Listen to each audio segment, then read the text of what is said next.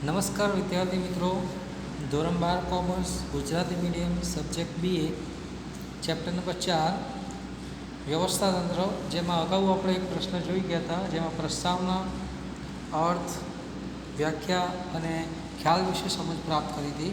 હાલમાં આપણે પ્રશ્ન નંબર 2 જોવાનો છે. વ્યવસ્થાતંત્રની લાક્ષણિકતાઓ વિશે સમજાવો.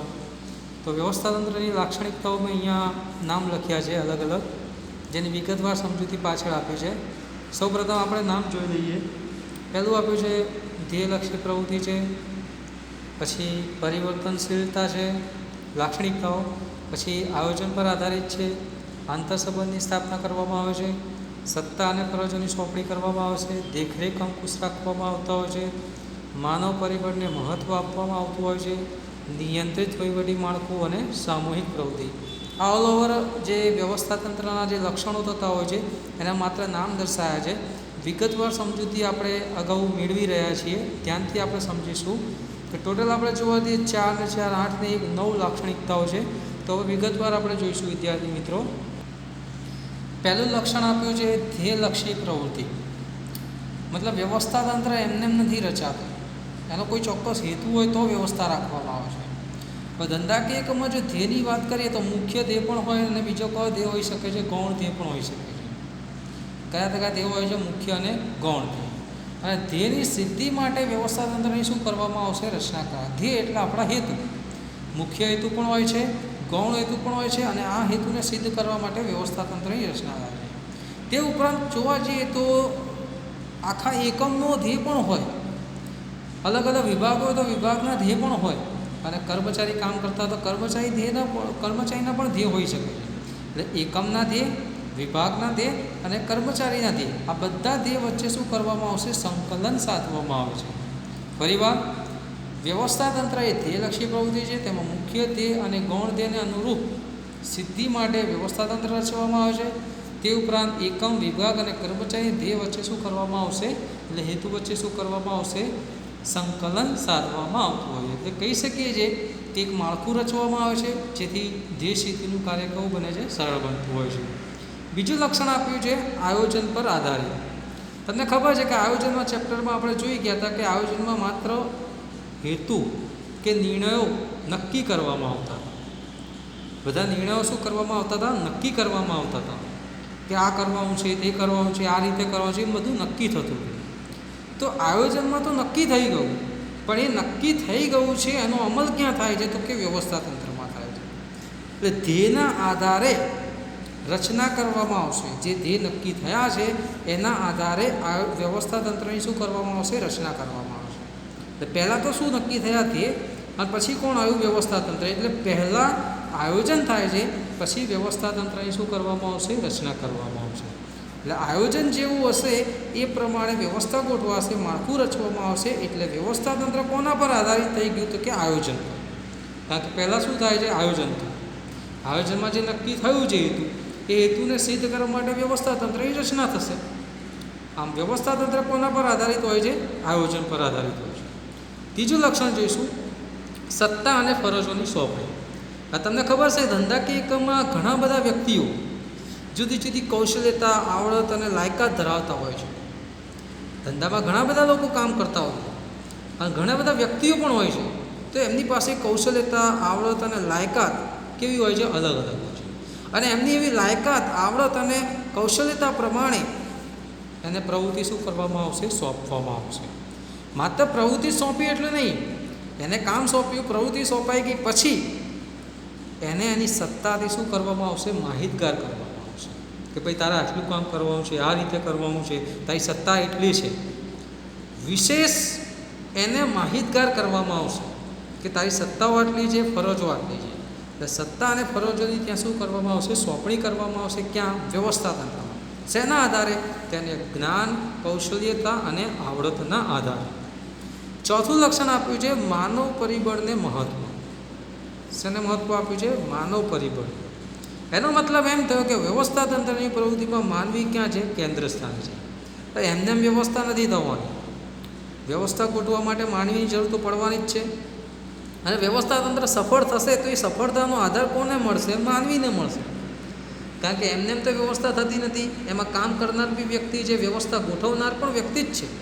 એટલે સફળતાનો આધાર, વ્યવસ્થા તંત્રની સફળતાનો આધાર કોની પર રહેલો છે? માનવી પર રહેલો છે. અને માનવી ક્યાં છે? કેન્દ્ર સ્થાને છે. માનવ સંબંધોની સ્થાપના કરવામાં આવશે. એટલે વ્યવસ્થા તંત્રને જો અસરકારક બનાવવું હોય તો એમાં જે કર્મચારી જે કામ કરતા હોય છે એકબીજા સાથે, એમના વચ્ચે માનવ સંબંધોની શું કરવામાં આવશે? સ્થાપના કરવામાં આવશે. કારણ કે એ લોકોને ખબર છે કે અમારે સાથે મળીને કામ કરવાનું છે, તો બધા વચ્ચે સારા સંબંધો સ્થાપવામાં આવશે. ફરીવાર જોઈએ, ધ્યેયલક્ષી પ્રવૃત્તિ, ધ્યેય સિદ્ધિ માટે રચના થાય છે. મુખ્ય અને ધ્યેય ગૌણ ધ્યેય હોઈ શકે છે. એકમ, વિભાગ અને કર્મચારી ધ્યેય વચ્ચે સંકલન સાધવામાં આવશે. આયોજન પર આધારિત, કારણ કે આયોજનમાં નિર્ણયો લેવાય છે, એમાં નક્કી થાય છે, એના આધારે વ્યવસ્થા તંત્ર રચાય છે. એટલે ધ્યેયને આધારે રચાય છે વ્યવસ્થા તંત્ર. એટલે પહેલાં આયોજન થયું, પછી માળખાની રચના થઈ. એટલે માળખું જે વ્યવસ્થા તંત્ર છે કોના પર આધારિત છે? આયોજન પર આધારિત છે. સત્તા અને ફરજોની સોંપણી, તો કૌશલ્યતા, આવડત અને લાયકાત પ્રમાણે પ્રવૃત્તિ સોંપાય છે, અને એ પ્રવૃત્તિ કરવા માટે એને સત્તા આપીને સત્તાથી શું કરવામાં આવશે? માહિતગાર કરવામાં આવશે. બરાબર છે. એના પછી જેમ કે આપણે અહીંયા જોઈએ એક્ઝામ્પલ, તો મને વેચાણમાં સારી આવડત છે, તો હું વેચાણ સોંપીશ અને એ વેચાણ કરવાની મને સત્તા આપવામાં આવશે, મને માહિતગાર કરવામાં આવશે કે ભાઈ તને વેચાણની જ સત્તા છે, બીજી કોઈ સત્તા છે નહીં.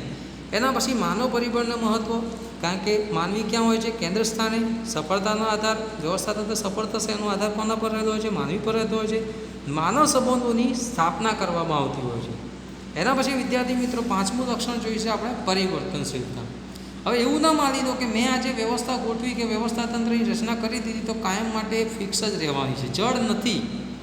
સમય, સંજોગો અને પરિસ્થિતિ પ્રમાણે તેમાં ફેરફાર કરી શકાય છે. એટલે વ્યવસ્થા તંત્રમાં ફેરફારને અવકાશ છે, સ્થાન છે. પરિસ્થિતિ બદલાય, સમય બદલાય, સંજોગો બદલાય, એ પ્રમાણે સાનુકૂળ ફેરફાર કરવામાં આવશે. સાનુકૂળ એટલે પોઝિટિવલી, હકારાત્મક, એ પરિસ્થિતિને અનુરૂપ. દાખલા તરીકે નવી ટેકનોલોજી આવે, નવી શોધખોળ થાય, ધંધાકીય પર્યાવરણમાં બદલાવ થાય, આ તો આ બધા બદલાતા સ્વાભાવિક વાત છે, ફેરફાર કરવો જ પડશે મારે. હું ટેકનોલોજી જૂની લઈને બેસું તો ક્યાંથી ચાલવાનું? ના લઈને બેસાય, આ ચાલે પણ નહીં. પરિસ્થિતિ બદલાઈ ગઈ, ટેકનોલોજી બદલાઈ ગઈ છે, તો મારે વ્યવસ્થા જે ગોઠવેલી છે એ વ્યવસ્થામાં પણ મારે શું કરવો પડે? ફેરફાર કરવો પડે છે. છઠ્ઠું લક્ષણ આપ્યું છે આંતર સંબંધોની સ્થાપના. હવે આંતર સંબંધો એટલે જોવા જઈએ તો ધંધાકીય કામમાં અનેક કર્મચારી કામ કરે છે, એમના કાર્ય છે, એમનો હોદ્દો છે, વિભાગો છે, એ બધા વચ્ચે સંબંધ સ્થાપવાના છે. એવું નથી કે આ વ્યક્તિ આ કામ કરે તો માત્ર એને કામ સોંપ્યું તો પતી ગયું. ના, એને બીજા વિભાગો સાથે, બીજા હોદ્દાઓ સાથે શું કરવાના? સંબંધ સ્થાપવાના છે. એટલે એક કાર્યને બીજા કાર્ય સાથે, એક વિભાગને બીજા વિભાગ સાથે શું કરવાના છે? સંબંધ સ્થાપવાના છે. સાથે મળીને કામ કરવાનું છે, સંકલન સ્થાપવાનું છે. એટલે આંતર સંબંધોની શું કરવામાં આવશે? સ્થાપના કરવામાં આવતી હોય છે. એના પછી કીધું દેખરેખ અને અંકુશ. તમે એવું માનો છો કે વ્યવસ્થા ગોઠવી એટલે એ પ્રમાણે કામ થવાનું જ છે? કોઈ સંજોગોમાં ના થાય, પરિસ્થિતિ બદલાય.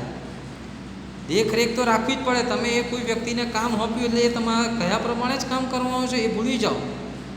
સમય જતાં એના પર આપણે ધ્યાન રાખવું પડે, દેખરેખ રાખવી પડે, અંકુશ રાખવું પડે. તો એ વ્યવસ્થા તંત્ર માટે શું થઈ જાય છે? જરૂરી બને છે કે દેખરેખ પણ રાખવી પડે, અંકુશ પણ રાખવું પડે, સંકલન પણ રાખવું પડે. નહીં તો શું થશે કે સત્તાની મર્યાદામાં રહીને કામ કરશે નહીં. એટલે સત્તાની મર્યાદામાં રહીને કામ કરે, યોગ્ય રીતે કામ કરે, આપણે આપી છે સત્તા પ્રમાણે કામ કરે. એના માટે એના પર મારે શું રાખવી પડશે? દેખરેખ, અંકુશ અને સંકલન રાખવું પડશે. એના પછી આઠમું કીધું છે સામૂહિક પ્રવૃત્તિ. વ્યવસ્થા તંત્ર એકલા દ્વારા ન થાય, અનેક વ્યક્તિઓ દ્વારા પ્રયત્નશીલ હોય છે. મતલબ વ્યવસ્થા તંત્ર એકલા દ્વારા નથી થતું, અનેક લોકો સાથે મળીને કામ કરે છે. એટલે અનેક વ્યક્તિઓના પ્રયત્નશીલનું એક પરિણામ છે, એક માળખું પૂરું પાડે છે. હવે સ્વાભાવિક વાત છે, આપણે જો એકમમાં કર્મચારી વધે તો સામૂહિક સહકારથી, એટલે કે સહકાર આપીને ધ્યેયની દિશામાં આગળ વધાય છે. આપણે હમણાં વ્યાખ્યામાં જ વાત કરી કે બે કે અનેક લોકો સાથે મળીને જેમ કામ કરે છે સમાન ધ્યેય સિદ્ધ કરવા, તો એ બધા વચ્ચે સહકાર તો હોવો જોઈએ ને. તો અહીંયા સહકારથી ધ્યેયની દિશામાં શું કરવામાં આવશે? આગળ વધારવાનું આવશે. ફરી વાર જોઈશું શું આપ્યું હતું? પરિવર્તનશીલ એટલે ફેરફાર કરી શકાય, સમય સંજોગો પરિસ્થિતિ પ્રમાણે. નવી ટેકનોલોજી આવે, શોધખોળ થાય, ધંધાકીય પર્યાવરણ ફેરફાર થાય તો ફેરફાર કરવો પડશે. આંતર સંબંધોની સ્થાપના, તો કાર્ય, હોદ્દો અને વિભાગ વચ્ચે સંબંધ સ્થાપવામાં આવશે. કાર્યના બીજા કાર્ય સાથે એક વિભાગના બીજા વિભાગ સાથે સંબંધ સ્થપાય છે. દેખરેખ અને અંકુશ, કારણ કે સત્તાની મર્યાદામાં રહીને કામ કરે એટલે દેખરેખ અંકુશ સંકલન જરૂરી બનતું હોય છે. સામૂહિક પ્રવૃત્તિ કેમ? કારણ કે અનેક લોકો સાથે મળીને કામ કરે છે. પ્રયત્નશીલ રહે તો એમને યોગ્ય માળખું રચવું પડતું હોય છે. એટલે સામૂહિક સહકારથી ધ્યેયની દિશામાં આગળ વધવાનું રહેતું હોય છે. તો વિદ્યાર્થી મિત્રો, આગળ આપણે 9મું લક્ષણ જોઈશું. ધ્યાન રાખજો. 9મું લક્ષણ આપ્યું છે નિયંત્રિત વહીવટી માળખું. હવે નિયંત્રિત વહીવટી માળખું એટલે શું? પ્રશ્ન એ થાય તો વ્યવસ્થા જે ગોઠવવામાં આવી છે, વ્યવસ્થા તંત્ર જે ગોઠવવામાં આવ્યું છે તે ચોક્કસ પ્રકારનું નિયંત્રિત વહીવટી માળખું હોય છે. ચોક્કસ પ્રકારનું કે આ વ્યવસ્થા તો એ પ્રમાણે જ કામ થવું છે. તે ઉપરાંત ધંધાકીય એકમમાં જે સંબંધો પ્રસ્થાપિત કરવા માટે નિયંત્રણ અને નિયમોને અવકાશ આપવામાં આવશે, એટલે કે સ્થાન આપવામાં આવશે. કોને કોને? નિયમો અને નિયંત્રણ શું કરવામાં આવશે? સ્થાન આપવામાં આવશે, સંબંધો સ્થાપિત કરવામાં આવશે. તો લોકો નિયંત્રણમાં રહીને કામ કરશે. બાકી નિયંત્રણ નહીં રાખવું તો લોકો મન ફાવે એમ કામ કરશે, સત્તાનો દુરુપયોગ કરશે, બરાબર કાર્ય કરશે નહીં. તો સ્વાભાવિક વાત છે આપણે અહીંયા નિયંત્રિત વહીવટી માળખું હોય છે. તો અહીંયા આગળ વિદ્યાર્થી મિત્રો આ પ્રશ્ન પૂર્ણ થતો હોય છે. વ્યવસ્થા તંત્રના લાક્ષણિકતાઓ આશા રાખું દરેકને ખબર પડી ગઈ હશે. વારંવાર એને પુનરાવર્તિત કરતા રહેવું છે, તે આપણને ખ્યાલ આવી શકે છે. Thank you.